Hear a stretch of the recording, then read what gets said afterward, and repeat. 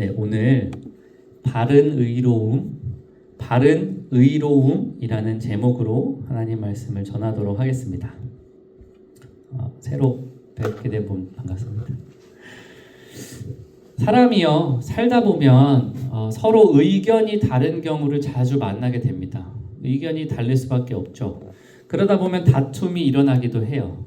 만약 나와 생각이 비슷한 범위 안에 있으면 다툼이 일어나지 않습니다. 그런데 서로 다른 가치관을 가지고 있기 때문에 다툼이 일어나게 됩니다. 충돌하게 되는 거죠. 이 문제를 조금 더 넓게 해서 살펴보면요. 모든 사람이 서로 다른 정의관, 무엇이 의롭다라고 여기는 게 사람마다 다르기 때문에 발생을 하게 되는 건데요. 내가 중요하게 생각하는 부분을 상대방이 소홀하게 여기가 좀 더우세요? 괜찮으세요? 상대방이 조금 소홀하게 생각하거나 어떨 때는 내가 정말 옳다고 여기는데 그 사람이 완전히 반대하는 경우 이런 일이 생깁니다. 그런데 이 부분에서 어떤 점을 잘 살펴봐야 되냐면요. 사람들이 다툼이 일어나거나 악유가 생겼을 때 어떤 사람은 반드시 옳고 어떤 사람은 반드시 그른 일을 말하고 있을 때 싸움이 생기지 않아요. 나도 옳고 너도 옳을 때 싸움이 생깁니다. 그러니까 싸움이라는 건요, 항상 상대가 서로 옳다고 여기는 데서 시작이 돼요. 예를 들면 식당에서 한 가족이 식사를 하고 있었습니다. 밥을 먹는데 그 가정의 어린아이가 식당에서 꽤 떠들어요. 물론 얼마나 큰 소리로 떠들었냐, 어떻게 행동했냐에 따라 다를 수 있지만 이렇게 가정을 해봅시다. 부모는요, 아이가 좀 자유롭게 행동하고 어린이는 이 정도는 그래도 할 수 있어. 아이는 그래도 좀 자유롭고 이렇게 자신이 생각하는 바를 표출하면서 지내는 게 맞아 라고 생각을 했다고 할게요. 그리고 옆에 있는 옆 테이블의 아저씨는 어린아이든 어른이든 공공장소에서는 예의를 지켜야 돼 이렇게 생각했다고 합시다. 그래서 이 옆 테이블 아저씨가 어린이에게 말을 했어요. 조금 조용히 식사를 하면 다른 사람들한테 방해가 덜 될 것 같아. 그런데 이것 때문에 이 말을 하게 되면 부모와 다툼이 일어날 수 있죠. 왜 우리 아이에게 당신이 뭐라고 하느냐. 아이가 그럴 수도 있지. 그렇게 큰 소리로 떠든 건 아니지 않냐. 라고 이야기를 하면 싸움이 시작되는 거예요. 이렇게 가치관이 달라서 생기는 거예요. 그게 잘 됐다 안 됐다는 현장에서 보고 저희도 보면 생각이 들 수 있겠지만 어쨌든 중요한 부분은 서로 무엇인가 어떤 것을 중요하게 생각하느냐가 달랐다는 말입니다. 왜 이 이야기를 드리냐면 오늘 본문도 어떤 무리 간에 서로 다른 정의관이 가지고 있었는데 그 정의관이 부딪힐 때 일어났던 일이었어요. 오늘 본문의 내용은 이렇습니다. 당시 종교 지도자들이요, 예수님을 싫어했어요. 왜냐하면 예수님이 종교 지도자들이 이전부터 그렇게 해왔던 방식들로 행동하지 않으셨고 예수님이 조금 다른 방식으로 하나님 나라의 복음을 전하시다 보니까 종교 지도자들한테는 불편한 거예요. 내가 이렇게 말했는데 예수님은 저렇게 말을 하셨거든요. 그래서 불편해하던 관계였는데 어떤 한 날 사건이 벌어졌습니다. 예수님께서 아침에 성전에 들어가셔서 많은 사람들을 가리키고 있었어요. 머릿속으로 그 정황을 한번 떠올려 보세요. 예수님과 예수님을 따르는 무리들이 막 이제 성전으로 들어갔어요. 그래서 예수님이 말씀을 전하시다 보니까 성전 안에 있던 많은 사람들도 유명해진 어떤 예수라는 분이 오셔가지고 설교를 하니까 와서 듣기 시작한 거예요. 그래서 예수님의 추종자들과 성전에 원래 있던 무리들이 혼합돼서 한 무리를 이뤄서 예수님께 말씀을 듣고 있었습니다. 그런데 저 밖에서 무엇인가 소란스러운 소리가 나면서 성전 안쪽으로 들어오는 소리가 들려요. 성전 문이 열리고 어떤 무리가 들어오는데 그 맨 앞에 한 여인이 마치 짐승처럼 끌려오고 있었습니다. 짐승처럼 막 끌려오는 무리 주변에는 살기가 등등한 사람들이 함께 오고 있었어요. 그 앞에는 서기관과 바리새인이라 하는 종교 지도자들이 있었고 그들의 무리들이 함께 들어와서 원래 예수님의 말씀을 듣고 있었던 무리들을 해치고 그 가운데로 쭉 들어와서 한 무리를 이루었습니다.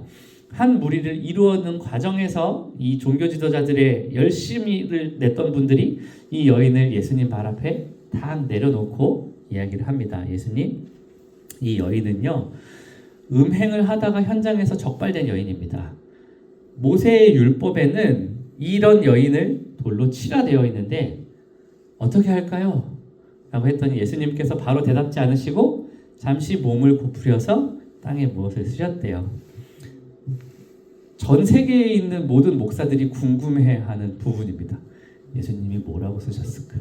성경이 이야기해주지 않고 있어요. 저도 예수님 만나보게 되는 그날에 좀 여쭤보려고요. 예수님 그거 뭐 쓰셨어요? 하고 막 살기가 등등해서 막 이야기를 처음에 했겠죠. 흥분된 상태로. 예수님이 이상한 행동을 하시니까 조금 가라앉았을 거예요. 뭐지? 하면서 재차 이야기를 해도 예수님이 반응이 없으시다가 여러 번 채근을 하니까 예수님께서 일어나셔서 이렇게 이야기하셨죠. 너희 중에 죄 없는 자가 먼저 돌로 쳐라. 그랬더니 오늘 본문에서 재밌는 일이 있어요. 나이가 많은 자로부터 시작해서 젊은 자까지 돌을 놓고 갔대요. 아마 나이가 많을수록 죄가 더 많아지는 건 맞는 것 같아요. 저희가 살아가는 시간을 쌓을수록 제가 죄를 지을 기회가 많아져서 자 이렇게 모두 다 돌을 놓고 돌아가고 나서 예수님께서 이 여인을 향해 다가와 말씀하십니다. 너를 정죄하던 자들이 어디 있느냐. 예수님이 이렇게 그 혈루증 여인 제가 설교했었잖아요. 혈루증 여인에게 하셨던 행동도 그렇고 예수님이 위로하시는 방식이요 참 훌륭하세요. 다 됐어 괜찮아 이렇게 먼저 이야기하시지 않고 너를 정죄하던 자들 어디 있느냐. 나도 너를 정죄하지 않을 것이니 가서 다시는 죄를 짓지 말아라. 이 여인이 깨닫기에 충분했던 것 같아요. 자, 이게 오늘 본문 읽었던 본문의 이야기의 흐름입니다. 오늘 예수님께 왔던 종교자 지도자들은요, 방법은 좀 잘못됐지만 이 종교 지도자들도 왜 왔냐면 그들이 가지고 있던 의로움 때문에 왔어요. 정의를 실천하기 위해서 온 거예요. 왜냐하면 예수님이 종교 지도자들이 보기에 예수님이 정의롭지 못했어요. 왜냐하면 율법에서는 안식일에 뭐 먹지 마 그랬는데 제자들이 밀을 꺾어 먹기도 했고요. 안식일에는 병자들을 고치면 안 돼요. 의사들이. 그게 유대인들의 법이었어요. 그런데 예수님은 고치셨단 말이에요. 그러니까 유대인 지도자들, 종교 지도자들이 보기에 예수님이 자꾸 뭔가 지켜진 룰을 지키지 않고 정의롭지 못하게 행동하는 거예요. 그들이 보기에. 그래서 이 사람들이 예수님을 처리해야겠다 이렇게 생각을 늘 하고 있었을 거였어요. 그런데 예수님이 앞에 이제 내쳐진 여인을 향해서 예수님이 반응하실 수 있는 건 두 가지였죠. 예수님 어떻게 할까요? 라고 물어봤잖아요. 종교지도자들이.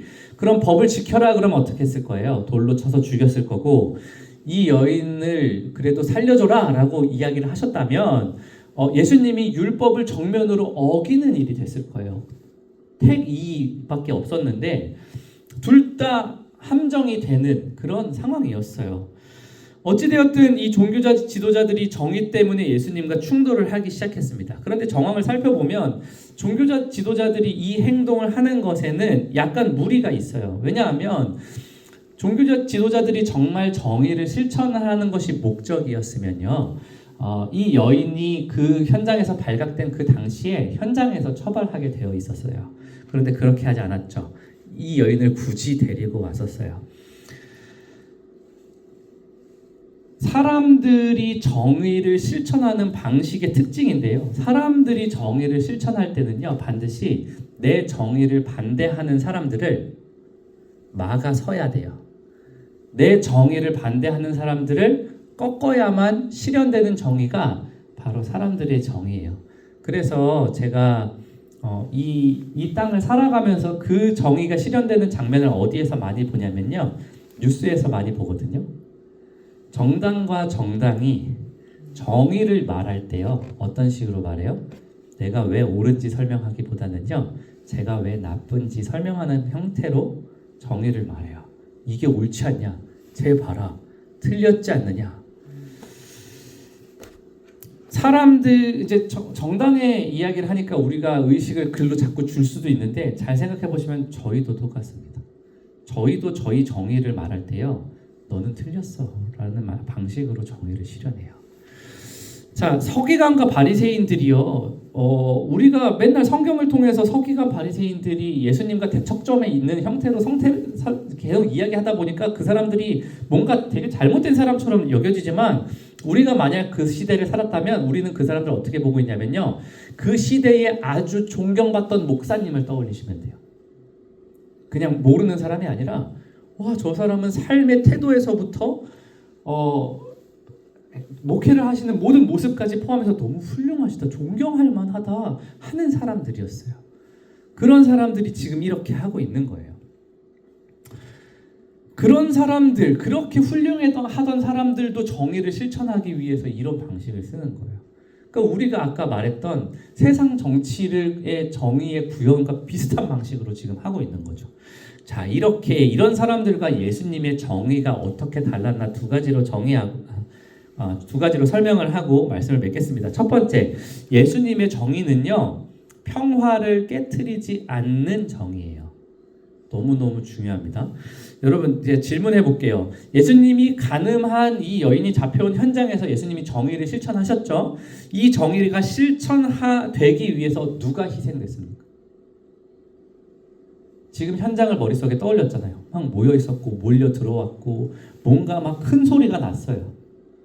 그 문제가 해결됐었어야 돼요. 근데 해결이 됐습니다. 예수님이 정의를 실천하셨는데 이 정의를 실천하고 나서 상처 입은 자가 누구예요?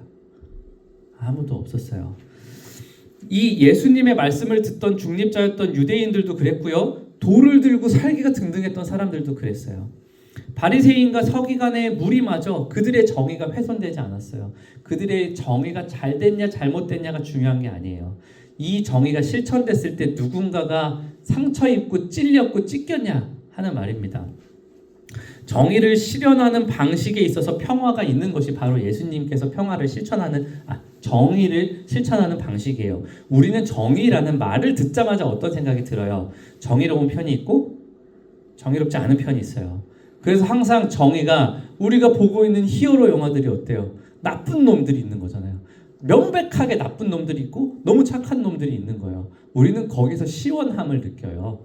그런데 실제로 정의의 문제는 그렇게 쉬운 일이 아닙니다. 정의의 문제가 쉬운 일이었으면 세상 사람들이 살아가면서 싸우지를 않을 거예요. 이 음행하다 잡혀온 여인을 데리고 와서 땅바닥에 내팽겨치고 나서 살기가 등등해서 어쩔 거냐고, 이 사람 어쩔 거냐고 말하는 이 상황을 어떻게 이렇게 해결할 수 있겠어요?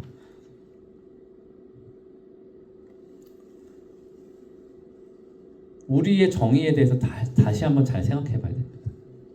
만약 내가 다른 사람들보다 이게 옳아 라는 말을 더 자주 하는 사람이라면 내 정의가 누군가를 공격하고 있지 않은지 생각해 보십시오.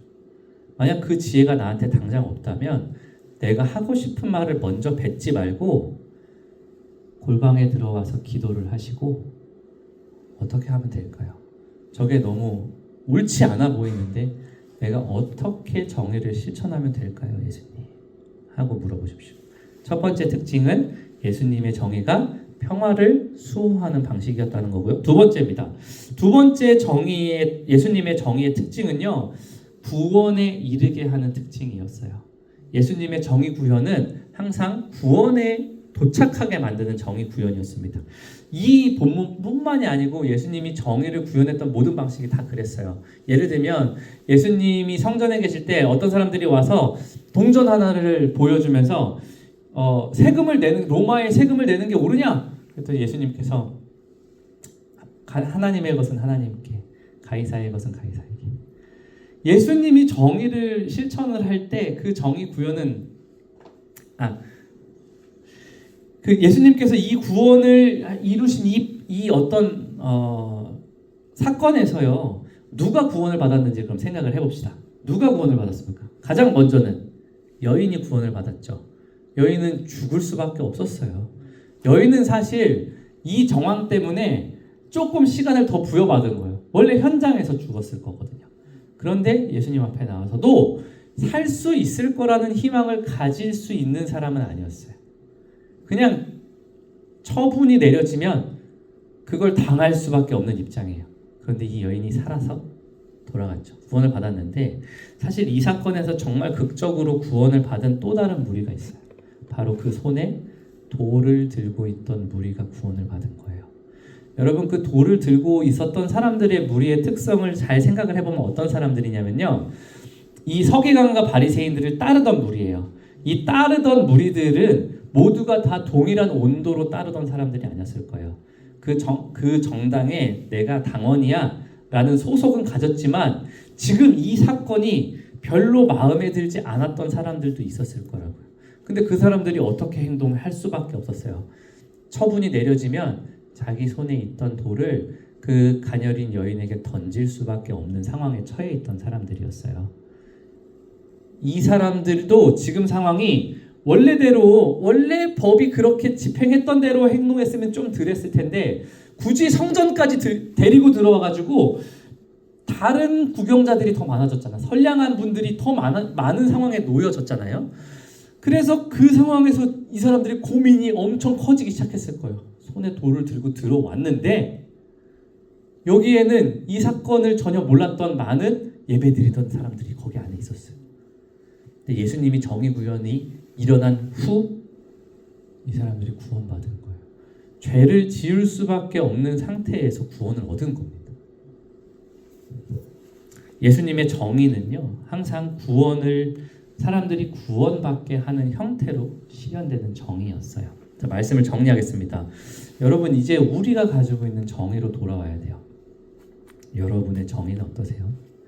혹시 여러분들이 옳다고 말하는 것 때문에 누군가가 상처 입지 않습니까? 세상의 범주 안에서는 그것도 나쁘지 않아요. 내가 너무 옳은 말을 하잖아요. 세상의 범주에서는 누군가가 살짝 상처를 받아도 네 말이 너무 옳아. 제가 조금 따끔했을 텐데 잘했어 라고 말해줄지 몰라요. 그런데 그리스도인들의 정의는 그렇지 않습니다. 그리스도인들의 정의는 반드시 누군가를 상처 입히지 않는 형태로 해야 되는데 이게 어려워요. 우리의 지혜로 안 됩니다. 저는 이런 사건들을 놓고 아까 전에 세금 사건도요. 예수님은 두 가지밖에 대답할 수 없었어요. 세금 내 할 수 있고 세금 내지 마 할 수 있었어요. 그런데 그 사건을 딱 한마디로 딱 끝내셨거든요. 이런 지혜는 제가 성경을 보면서 늘 생각하는 거지만 이거는 너무 훌륭한 사람의 지혜가 아니라 신적인 지혜입니다. 우리가 할 수 있는 범주가 아니에요. 그것도 그렇게 어떤 상황에 딱 처해 있을 때 당황하게 됐을 때 나올 수 있는 건 더더욱 아니에요. 그래서 그리스도인들이 품어야 하는 것이 예수님과 동행하며 살면서 지혜를 얻는 형태로 행동을 하는 방향으로 나아가야 하는 겁니다. 여러분이 정의를 실천할 때 과연 평화롭습니까? 여기 안에서도 있을 수 있어요.